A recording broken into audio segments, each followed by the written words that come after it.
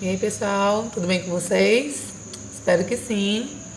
Estou trazendo agora mais um vídeo, dessa vez para corrigir as atividades que vocês já entregaram, né? Que a maioria de vocês já entregou. E agora vocês vão poder conferir se vocês acertaram as respostas, se está tudo ok, se tem algo para ajeitar, né? E é isso que eu sugiro agora. Acompanhe o vídeo já com o caderno na mão. O que for precisando dar uma ajeitadinha, você ajeita logo.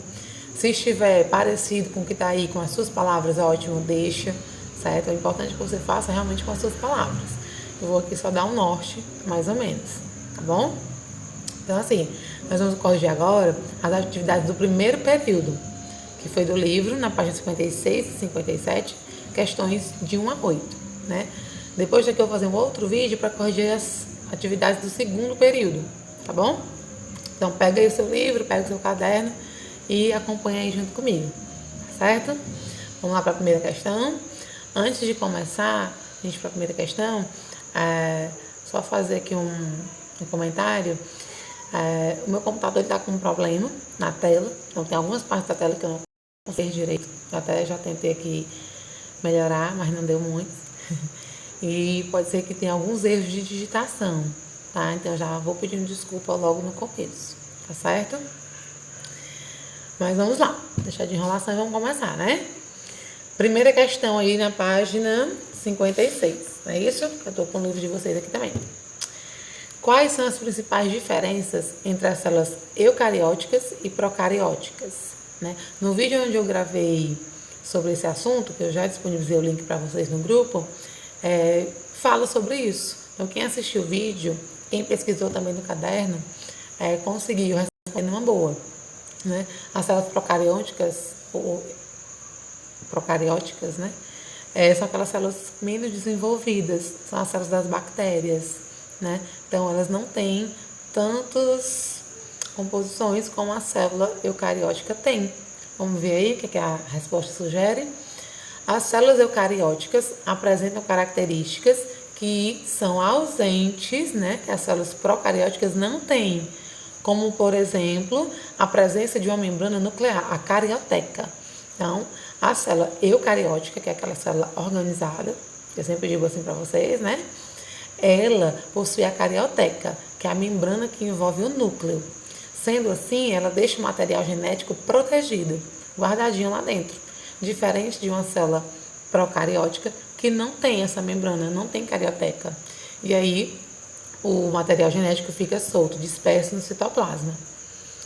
Além disso, a célula eucariótica tem uma grande variedade de organelas, né, que não estão presentes numa célula procariótica. Bom? E aí, assim, se você estiver achando que está muito rápido, né, você pode dar dando pause para acompanhar a questão ou volta para tentar entender melhor. E também vocês podem tirar dúvida comigo no WhatsApp. Pode falar comigo por lá. Algumas pessoas já falaram comigo, eu já consegui tirar algumas dúvidas, né? Então, se as dúvidas persistirem, você pode falar comigo pelo WhatsApp, tá bem? Vamos para a segunda questão. A segunda também pergunta as diferenças entre uma célula vegetal e uma célula animal, né? As duas são eucariontes, ou eucarióticas, né?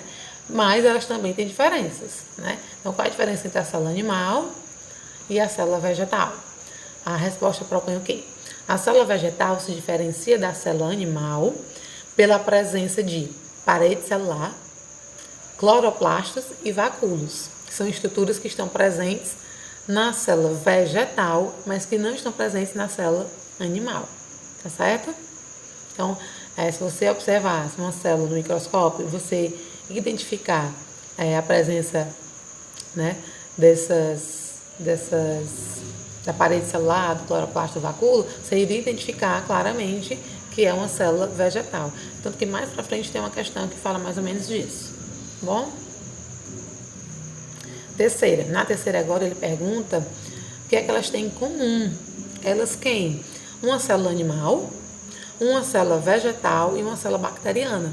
Então, o que é que uma célula bacteriana, que é a célula procarionte, a célula animal, que é eucarionte, e a célula vegetal, que também é eucarionte, o que é que elas têm em comum?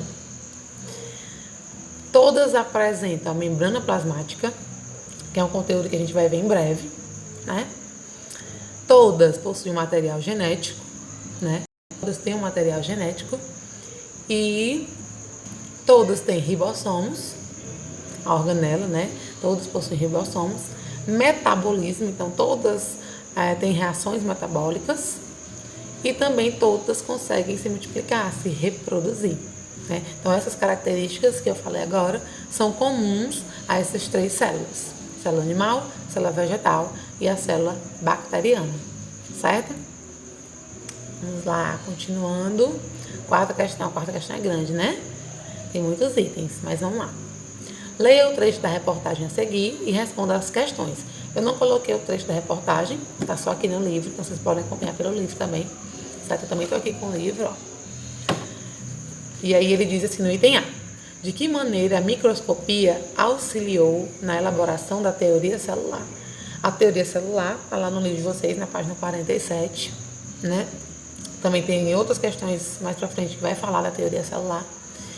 E o que é que o microscópio ajudou na elaboração da teoria celular? A gente só conseguiu observar, né, a estrutura de uma célula depois da invenção, né, do microscópio. Então, antes de se ter o microscópio, não se conseguia observar as células. Então, o microscópio, através dele, a gente conseguiu observar a célula e, tendo esse poder de observar a célula, a gente pôde perceber as estruturas que elas têm, saber como elas são formadas, né? E chegar a essa teoria, aos pontos que essa teoria nos trazem, que a gente vai ver nos próximos itens, né? Então, o que é que a resposta nos diz? O uso do microscópio foi essencial para que os pesquisadores conseguissem observar o que não era visível a olho nu e conhecer a composição dos seres vivos, uma vez que só é possível visualizar as células através do microscópio, certo? Então, antes do microscópio, a gente não tinha essa capacidade de observar as células, né? A gente não consegue observá-las a olho nu. Então, apenas após a invenção do microscópio é que a gente conseguiu esse êxito. Item B. De acordo com essa reportagem, também falando da reportagem, né? O conhecimento científico é algo pronto e acabado ou pode sofrer alterações ao longo do tempo? Justifique sua resposta. Lembrando que, como eu falei lá no começo, aqui são respostas que eu coloquei, mas você pode colocar, não só pode, como deve colocar com as suas palavras. E se você já fez e está bem parecido com isso, deixa assim, não altera, tá bom? Deixa do seu jeitinho. Eu sempre falo para vocês, né, nas aulas, que a ciência ela é mutável, ela está sempre mudando, né? A natureza está mudando, tudo está mudando, os estudos estão avançando, então a gente, como ciência, como conhecimento científico, né, eles podem sim mudar, né? Então ele diz aí, ó, o conhecimento científico está em construção, não está acabado, ele está sendo construído. E sim, algumas teorias, algumas falas que eram ditas hoje pode ser dito de uma maneira diferente.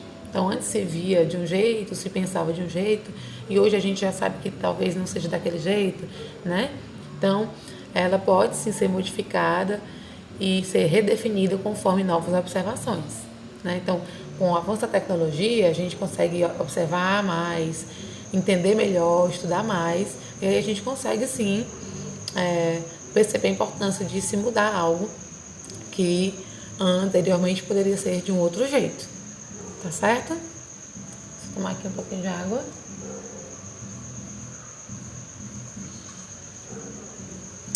A teoria celular, o item C.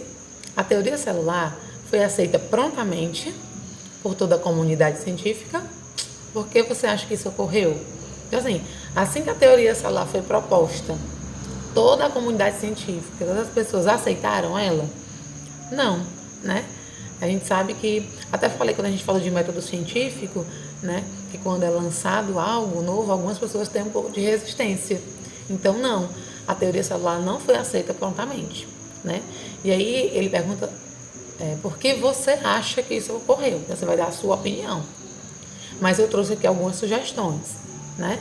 Talvez pela falta de resultados, mais consistentes, né? Talvez as pessoas queriam resultados mais certos, né? Mais consistentes, né? Quisesse assim, não, é assim mesmo. Ou talvez a tecnologia não fosse tão avançada assim, né? Como a gente tem hoje. Ou até mesmo pela não aceitação de que seres tão complexos, né? Seres vivos são seres complexos, né? E são formados por estruturas tão pequenas, né? Que são as células, que são nem visíveis a olho nu, né? Então, são algumas sugestões de o porquê isso pode ter acontecido, mas você dá a sua resposta pessoal, tá bom? Para eu entender. Qual o nome da teoria proposta por Theodor e o que ela afirmava? A teoria a gente está falando, né, ao longo dessa quarta questão inteira, que é a teoria celular. E ela afirmava que todos os seres vivos, primeiro, são constituídos por células. Então, todos os seres vivos são constituídos por células. Lembrando que aí não se encaixam os vírus, porque os vírus não são seres vivos, eles não são compostos por células. Bem? Outro ponto que ele diz na teoria celular: na célula são realizados processos que são fundamentais à vida, né? Então, a célula realiza funções que são fundamentais à nossa vida e todas as células só se originam de uma outra célula já existente, certo? Uma célula só se origina a partir de uma célula que já existe, né? São os 3 pontos da teoria celular. Quinta questão. Vamos para a quinta questão agora. Leia o trecho da reportagem a seguir e responda as questões. Como eu disse, eu não consegui colocar os trechos, mas vocês podem acompanhar aí no livro. Bem? Item A. É possível identificar a importância do microscópio por meio desta reportagem? Justifique. Então, assim, a reportagem mostra o porquê o microscópio foi importante? Sim, ela mostra. Com o passar do tempo, os instrumentos se tornaram mais potentes e desenvolvidos, permitindo o desenvolvimento de estudos cada vez mais detalhados. Então, desde o primeiro microscópio, que foi muito importante, né, para a elaboração da teoria celular, para a gente conhecer um pouco mais de como a gente é formado, né, e com o passar do tempo, com a tecnologia melhorando, né, vai também auxiliando nos estudos e permite que a gente tenha mais detalhamento, né, nas informações. A gente tem informações mais precisas acerca do que é estudado. Então, sim, o microscópio é muito importante e no trecho da reportagem mostra essa importância, sim. Item B. Essa reportagem comenta a evolução do microscópio. Faça uma pesquisa e monte no caderno uma linha do tempo com os fatos que resumam a história do microscópio, desde sua invenção até os dias atuais. Então, você pode pesquisar na internet, né, como foi a evolução do microscópio, desde o primeiro até como eles são hoje. E eu fiz um pequeno resuminho aí, certo? Para vocês entenderem mais ou menos, né? Então, a gente começa lá em 1595, com o fabricante de óculos Zacarias Janssen, que descobriu o aumento das imagens de objetos pequenos com a utilização de lentes. Então, ele utilizou algumas lentes, né, que ele utilizava para montar os óculos, e ele percebeu que essas lentes aumentavam o tamanho dos objetos. Então, objetos pequenos, eles conseguiam ver com a maior precisão, né? Então, desse aí o início, a descoberta, né, do microscópio, né, a fabricação, a invenção do microscópio. Em 1665, o físico inglês Robert Hooke construiu um microscópio com partes móveis, com o qual observou partes de cortiça e chamou de os pequenos espaços em seu interior de células, né? Tem isso no livro, na página 47, e também tem lá no vídeo onde eu falei desse assunto, tá? Alguns anos depois, outros pesquisadores desenvolveram outros tipos de microscópios, certo? O primeiro microscópio eletrônico foi desenvolvido na década de 1930 pelo físico alemão Ernst Ruska, eu creio que seja assim, tá? Então, assim, eu fiz um breve resumo, né? E aí, se você tiver conseguido pesquisar mais coisas, né? Até porque para colocar aqui no slide fica mais difícil, mas você pode colocar mais coisas, tá? Vamos para a sexta questão. Sexta questão. Observe as micografias a seguir, obtidas por meio de um microscópio eletrônico de transmissão. No caderno, classifique as células apresentadas nas fotografias acima, em procarióticas ou eucarióticas. Então, você vai observar as imagens. Deixa eu mostrar ela aqui para vocês. Então, você vai observar essas imagens que estão aqui no seu livro, tá? Então, acompanha aí no livro, são essas 3 figuras. E você vai dizer qual delas é procariótica e qual é eucariótica. Em seguida, classifique as células eucarióticas em animal ou vegetal, tá? Para cada classificação, cite as características, é uma questão muito complexa, né? Que você observou para dar essa resposta. Então, você vai dizer se ela é uma célula procarionte ou eucarionte, certo? Se ela foi eucarionte, você vai dizer se ela é animal ou vegetal.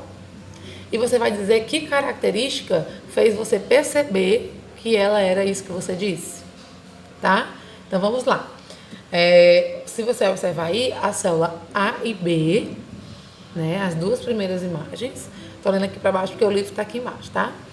A célula A e B são eucarióticas. Por quê? Pois elas apresentam carioteca, então ela tem um núcleo bem definido, tem algumas organelas, né, como a mitocôndria. Na figura A tem a mitocôndria, na figura B tem lisossomo, que são características que só as células eucarióticas têm. Então, eu observando isso, eu estou dizendo, afirmando que o item A e B são eucarióticas, tá? Consequentemente, a célula C, né, da imagem C, é procarionte ou procariótica, pois o material genético está disperso no citoplasma, né? Só você observar, lá tem os tracinhos e a escrita do que é. E aí você observa que o material genético está solto lá no citoplasma, né, caracterizando ela como uma célula procariótica. Pronto. Aí a gente disse que a A e a B são eucarióticas. Mas vamos saber agora se ela é animal ou vegetal. A célula A, então a primeira imagem, é uma célula vegetal, que ela apresenta cloroplastos. Se você observar, lá tem um tracinho mostrando onde é que estão os cloroplastos. E a gente já afirmou, né, até em uma outra questão anterior, que a célula vegetal é que apresenta cloroplastos. E a célula B é uma célula animal, né, pois ela não apresenta nem cloroplastos e nem parede celular. Ela tem outras organelas, né, você pode até observar aí, mas ela não tem cloroplasto e não tem parede celular. Se ela não tem, significa que ela é uma célula animal, tá? É uma questão um pouquinho difícil aí de entender, de fazer tudo que ela quer, mas eu espero que tenha ajudado a entender melhor agora, tá certo? Vamos para a 7ª, a penúltima questão. 7ª questão. A teoria celular é um dos conhecimentos fundamentais e uma das mais importantes generalizações da história da biologia. A ideia de que as células podem surgir espontaneamente perdeu credibilidade com a observação da divisão celular. Em relação à teoria celular, pode-se afirmar, então assim, antes, né, você achava que a geração espontânea, né, a gente até falou disso, né, que os seres surgiam do nada, né, mas com a observação de que as células conseguem se dividir, que elas fazem a divisão celular, e é daí que elas originam novas células, né, perdeu-se essa história, né, essa credibilidade na geração espontânea. Aí ela pergunta, em relação à teoria celular, a gente pode afirmar que, no item A, todos os seres vivos são formados por células, exceto os vírus? Correto. O item A, a gente já chegou na resposta correta. Todos os seres vivos, é até o que diz a teoria celular, né? Todos os seres vivos são formados por células, menos os vírus. Eles não são seres vivos, não são formados por células. Então, o item A já está correto. Vamos só ver os outros itens aí, o que é que eles têm de errado, tá? Toda célula origina-se por geração espontânea? Não. Toda célula origina-se de uma outra célula pré-existente, certo? As reações metabólicas não ocorrem em nível celular. Mentira. As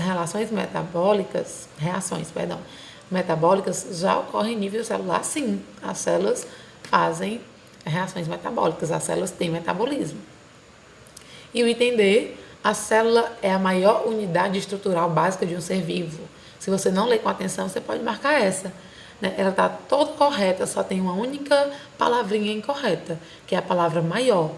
E não é, ela é a menor. Então, se tivesse a célula é a menor unidade estrutural básica de um ser vivo, estaria correta.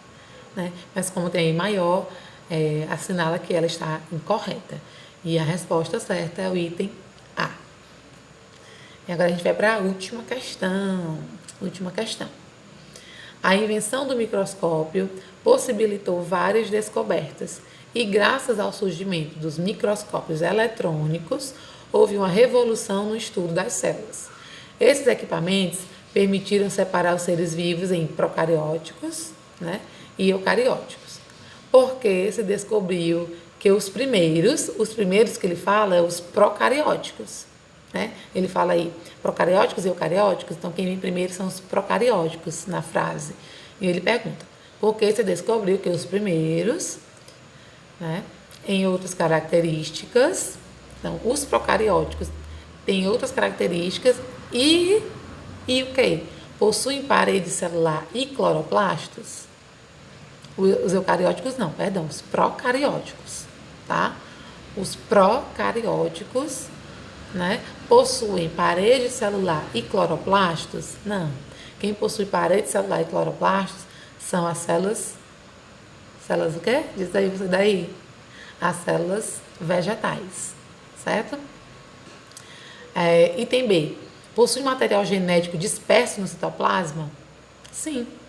As células procarióticas, que são aquelas mais simples, que você pode até observar na questão 6, né? Na figurinha C, o material genético dela é solto no citoplasma, porque elas não apresentam a carioteca, que é a membrana que protege o núcleo, né? Vamos ver o restante dos itens, né? C. Possui núcleo organizado envolto por uma membrana nuclear? Não. Se fossem as eucarióticas, sim. Mas como são as procarióticas, não está certo. Entender. Não possui núcleo e não tem material genético? Não, elas não possuem núcleo, porém, elas possuem sim material genético. A gente até falou disso numa questão anterior. E o item E, não possuem clorofila e não se reproduzem. Não, elas não possuem clorofila, porém, elas se reproduzem sim. Então, por esse motivo, o item E está incorreto. A resposta correta é o item B, certo? E aí acaba agora, né, as questões referentes ao primeiro período. Espero que vocês tenham gostado aí do vídeo, né? Bem simples, tentei fazer o mais rápido possível, né? Apesar de tentar explicar um pouquinho para vocês, né, as questões. Espero que fique claro, que vocês entendam. E como eu disse, qualquer dúvida me procure no WhatsApp. E daqui a pouco eu vou também fazer o vídeo referente às questões do segundo período. É isso aí. Fiquem com Deus e tchau, tchau.